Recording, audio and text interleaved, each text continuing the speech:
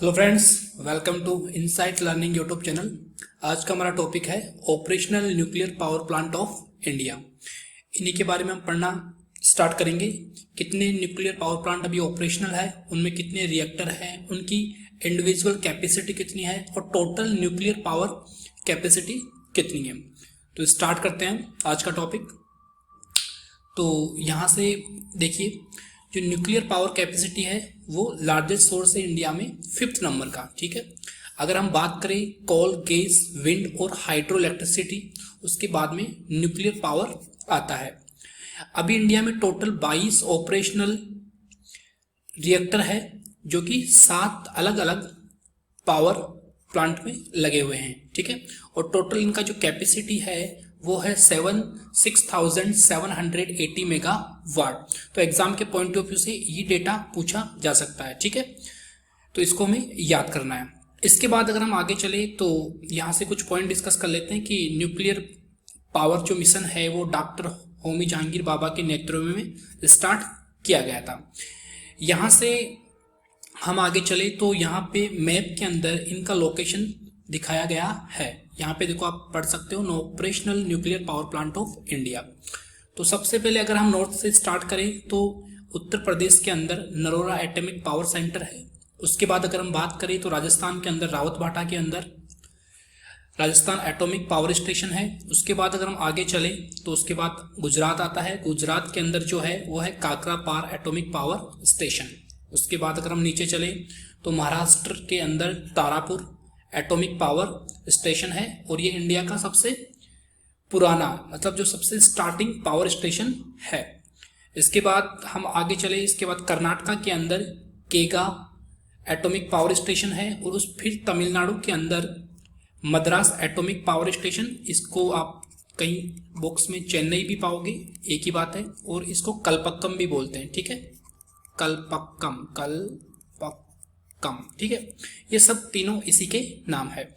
इसके बाद तमिलनाडु के अंदर ही बिल्कुल साउथ के अंदर कुंडलकुलम न्यूक्लियर पावर प्लांट है जो कि इंडिया का सबसे लेटेस्ट यूनिट इसी में एस्टेब्लिश्ड किया गया था। तो यहाँ तो एक क्वेश्चन तो बनता है कि अगर अपन नॉर्थ से साउथ की तरफ जाए तो इनका ऑर्डर क्या होगा।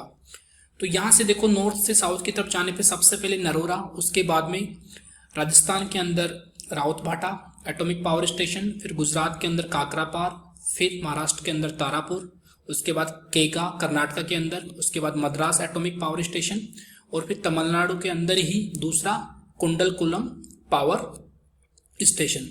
दूसरा क्वेश्चन बन सकता है कि किस स्टेट के अंदर सबसे ज्यादा न्यूक्लियर पावर प्लांट है, तो भी आंसर अपना क्या होगा, तमिलनाडु होगा। ठीक है, इसके बाद हम आगे चले तो इनका जो डिटेल है वो यहाँ पे दिया हुआ है। इंडिया के अंदर जितने भी न्यूक्लियर पावर प्लांट हैं उनका जो ऑपरेशनल वर्क देखा जाता है वो NPCIL के द्वारा देखा जाता है। तो यहाँ पे अगर हम देखें तो सबसे पहले ये देखो, यहाँ पे राज्य, प्रकार, इकाई और कुल क्षमता यहाँ पे दी हुई है।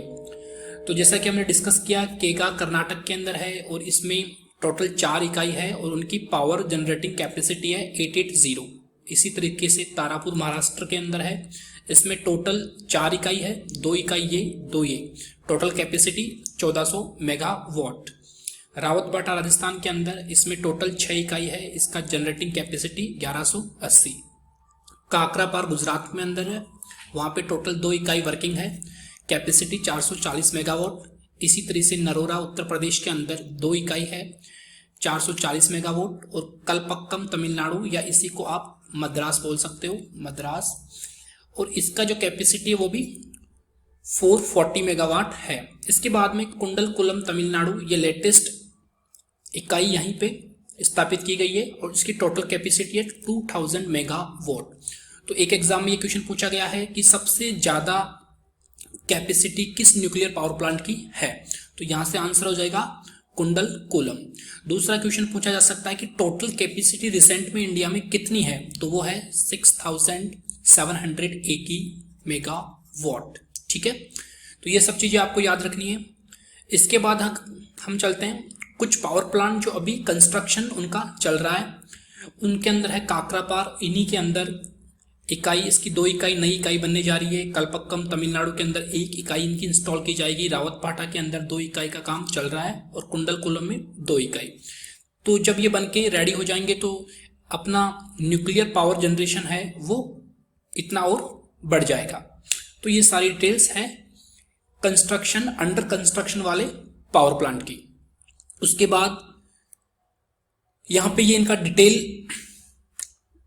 डेटा दिया हुआ है। तारापुर एटॉमिक पावर स्टेशन, यहाँ पे यूनिट वाइज दिया हुआ है। देखो यहाँ पे यूनिट 1 है, यूनिट 2, यूनिट 3, यूनिट 4, ये तीनों महाराष्ट्र के अंदर तारापुर तारापुर तारापुर तारापुर, ठीक है।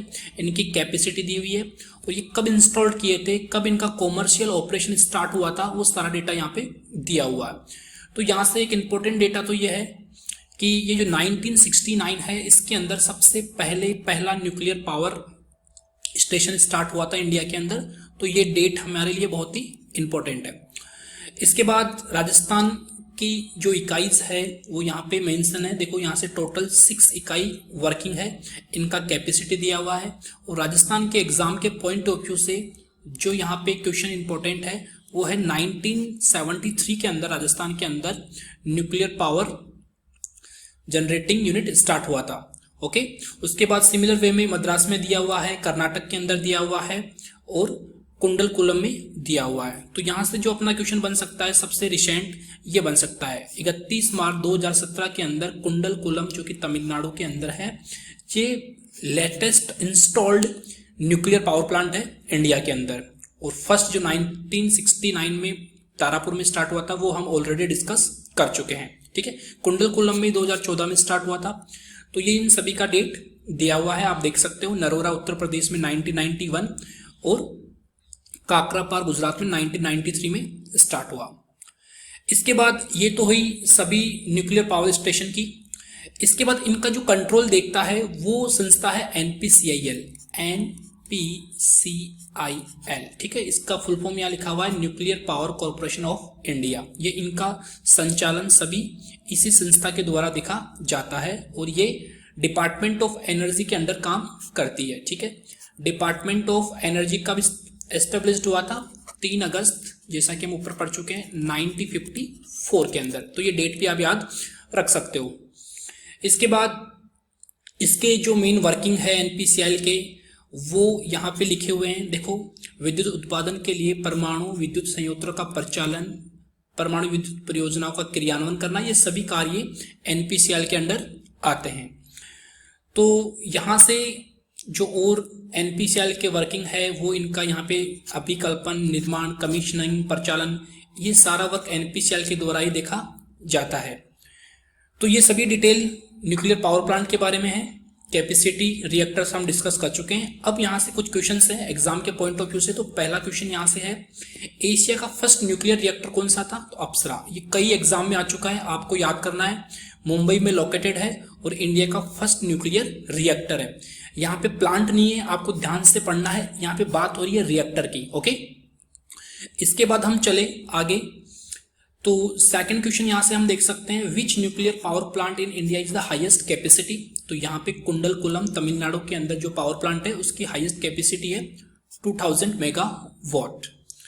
क्वेश्चन नंबर 3 की तरफ आगे चले तो क्वेश्चन नंबर 3 आप देख सकते हो, which is Asia's first nuclear reactor, हम ऑलरेडी पढ़ चुके हैं, अप्सरा, ठीक है। क्वेश्चन नंबर 4 की तरफ चलते हैं। क्वेश्चन नंबर 4 है, how many operational nuclear power plant in India? तो अभी डिस्कस किया, टोटल 7 न्यूक्लियर पावर प्लांट है, उनमें 22 रिएक्टर्स वर्किंग है, ठीक है। टोटल कैपेसिटी ये है। इसके बाद नेक्स्ट क्वेश्चन पे चले तो नेक्स्ट क्वेश्चन है अपना, यहाँ पे क्वेश्चन दिया हुआ है, which is the first nuclear power plant of India?